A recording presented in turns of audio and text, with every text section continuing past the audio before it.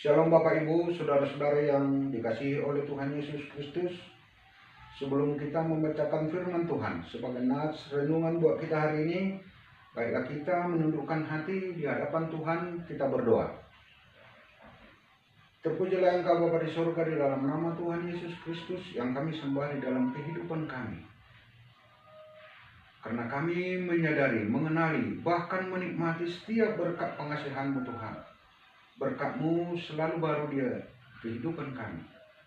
Terkhusus untuk waktu ini Tuhan izinkan kami boleh merindukan Engkau melalui firman-Mu.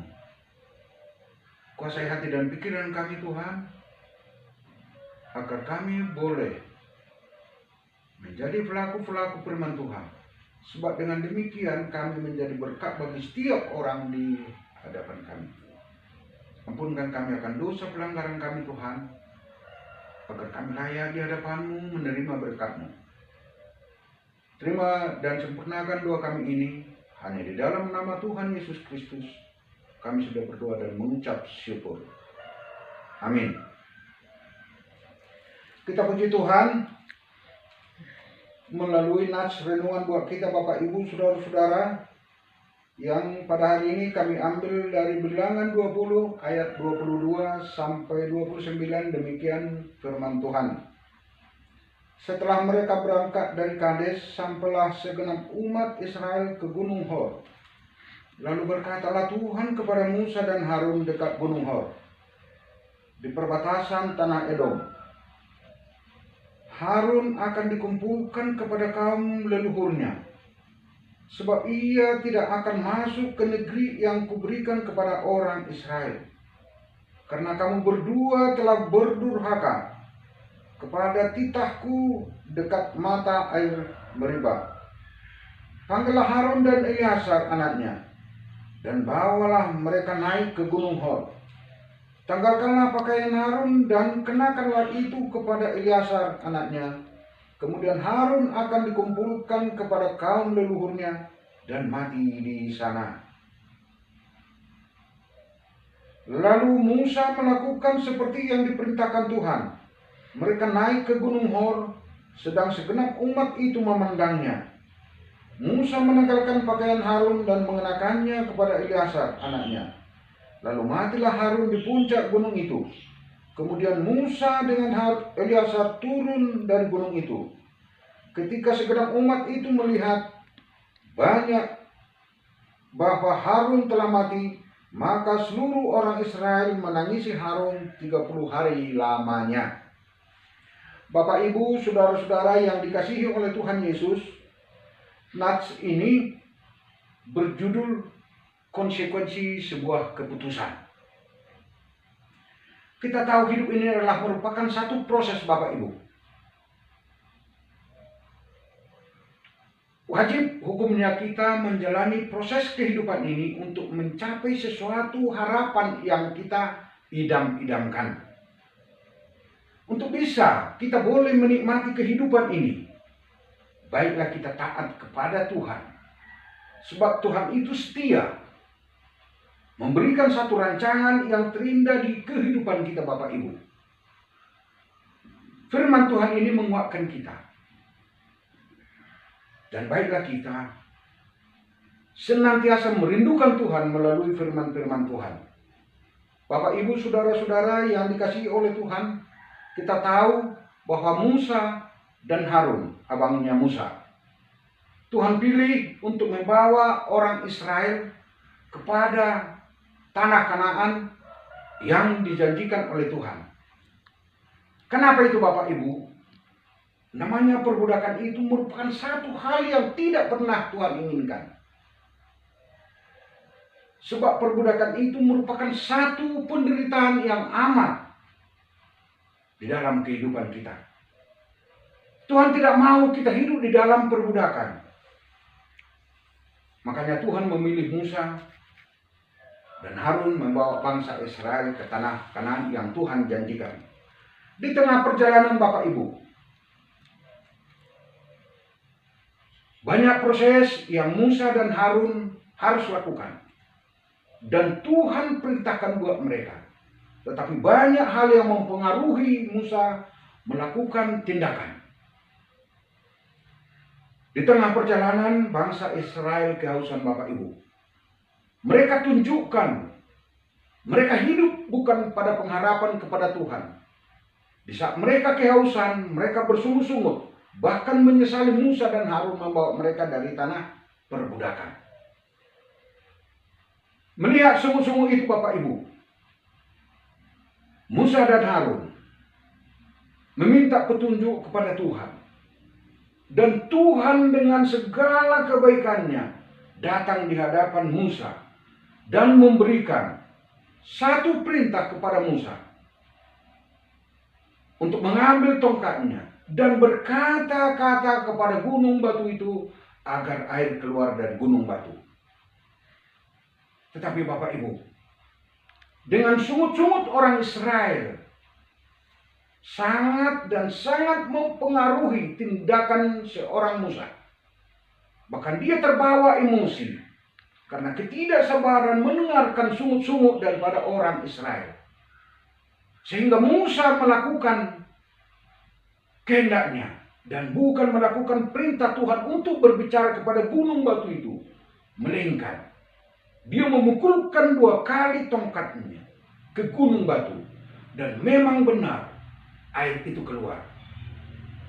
Sebelum Musa memukulkan tongkat itu, Musa berkata kepada orang Israel, apakah kami harus melakukan? Di saat itulah Musa sudah mendurhakakan perintah Tuhan. Sebab dengan kata kami seolah-olah Musa dan Harun yang berkuasa penuh untuk menghasilkan air. Dan Musa tidak mengenalkan kepada bangsa Israel bahwa Tuhan itu baik. Dengan berkata-kata cukup untuk mengeluarkan air Bapak Ibu. Itulah kenyataan dalam proses perjalanan bangsa Israel yang dihadapi. Setiap keputusan itu pasti ada konsekuensinya. Dan ada risiko. Apa itu risiko dosa Bapak Ibu? Risiko dosa bahwa kita tidak sampai kepada satu tujuan yang Tuhan izinkan untuk kita miliki, untuk kita nikmati. Bapak Ibu yang dikasihi oleh Tuhan Yesus Kristus, di dalam kehidupan kita juga banyak faktor yang mempengaruhi kita di dalam menjalani proses-proses kehidupan. Kami kasih satu contoh. Keputusan menikah Bapak Ibu. Begitu diputuskan menikah, banyak hal yang tidak kita sadari, banyak hal yang kita tidak pikirkan. Seperti apa kita menjalani proses kehidupan berumah tangga itu. Apa yang harus dilakukan seorang suami dan apa yang harus dilakukan seorang istri untuk mencapai satu kebahagiaan yang hakiki di dalam nama Tuhan Yesus. Dan baiklah, seorang bapak bertindak sebagai kepala rumah tangga dengan seorang imam yang setia membimbing seorang istri, membimbing seorang anak agar sesuai dan seturut dengan kehendak Tuhan. Dan baik juga lah seorang ibu yang dipilih menjadi istrinya mampu melakukan proses-proses kehidupan itu dengan tunduk kepada seorang imam, seorang kepala rumah tangga.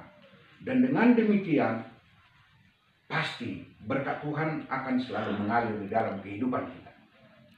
Inilah Bapak Ibu, untuk lebih paham kita, bahwa konsekuensi daripada sebuah keputusan itu, dominan dia merupakan satu proses-proses yang akan kita lalui, yang akan kita laksanakan untuk menuju suatu harapan-harapan di dalam kehidupan kita. Sementara risiko ini adalah merupakan hasil yang akan kita terima kelak sesuai dengan apa yang kita lakukan di dalam proses-proses kehidupan. Sering kita mendengar sebuah nasihat, lambatlah untuk berkata-kata, tetapi rajinlah untuk mendengar. Dikandung maksud Bapak Ibu, baiklah kita sebelum melakukan satu tindakan, merenungkannya terlebih dahulu. akan apa konsekuensi yang harus kita lakukan dan risiko-risiko yang akan kita terima kelak.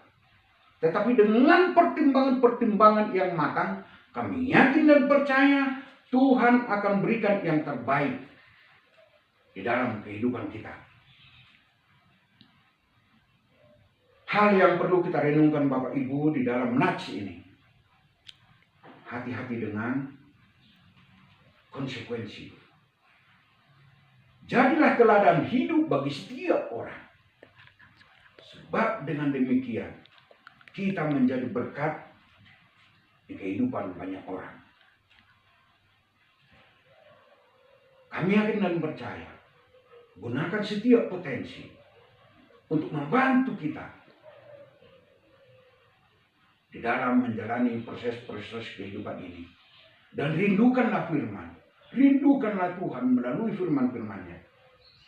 Sebab dengan demikian, kita pasti Tuhan berkati. Amin, kita berdoa. Terpujilah Engkau Bapa di surga, sebab Tuhan telah berbicara kepada kami, mengingatkan kami, untuk kami boleh rajin mendengarkan firman-Mu, dan biarlah kami lambat untuk berkata-kata. Sebab dengan demikian, kehidupan kami akan Tuhan mampukan menjalani proses-proses kehidupan yang akan kami lalui. Dan biarlah dengan segala konsekuensi yang sudah kami pertimbangkan dengan matang, seturut dengan kehendak Tuhan, maka resiko-resiko yang tidak pernah kami inginkan akan terhindar dari kehidupan kami. Bapa yang baik, senantiasa kuasai hati dan pikiran kami. Terangi hati dan pikiran kami melalui Roh-Mu yang kudus, agar kami selalu rindu di hadapan Tuhan. Ampunkan kami akan dosa pelanggaran kami Tuhan, agar kami layak di hadapan-Mu dan menerima berkat-Mu. Terpuji Engkau Bapa di surga, hanya di dalam nama Tuhan Yesus Kristus kami sudah berdoa dan mengucap syukur. Amin.